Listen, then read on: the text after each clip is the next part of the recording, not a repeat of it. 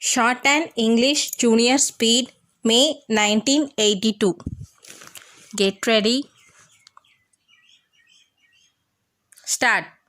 I am speaking to you over the radio after a long time. There are many things that I should like to talk about as much has happened during this interval. But today I shall speak to you chiefly about our food situation. I should have preferred to do so after 1 or 2 weeks when perhaps I could have given you more facts. Our food minister is touring the states in order to discuss with the state ministers so that he can take personal stock of the situation and decide about the steps to be taken.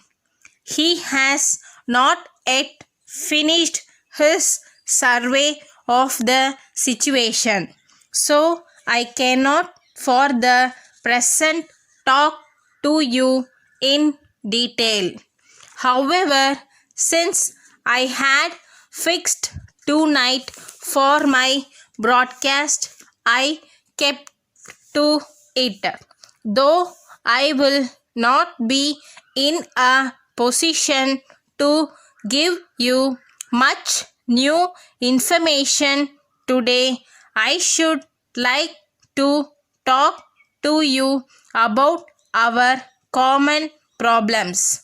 It is very necessary that there should be a close understanding between the people of this great country and the government they have elected. For several years, we have had to face many difficulties in the matter of food. The last great war, the partition of India, natural disasters in the shape of floods and drought, and the growing population created a heavy deficit of food in the country.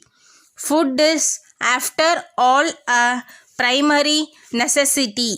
If fail in feeding our people well, we can make little progress in other directions. We had to import large quantities of wheat and rice at great expense. Even in recent months, we have had very difficult conditions in some parts of the country. Some districts have been particularly unfortunate. They had severe drought for some years continuously. We sent our army for relief work, and from all accounts, they did a very good job of it indeed. Steps are being taken to reduce the prices of wheat and rice all over the country.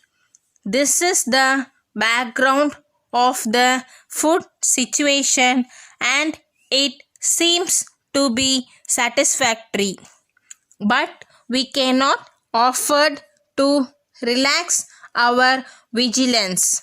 We have always to be prepared to meet any contingency. We have often been criticized for having a policy of controls, but we are convinced that any relaxation at this stage will certainly involve great risks. So we dare not risk another rise in prices because it will bring in misfortune. Letter from Indian Overseas Bank, 31 Les Church Road, Madras to Messrs. Geeta Agencies Limited, 20 Royapeta High Road, Madras.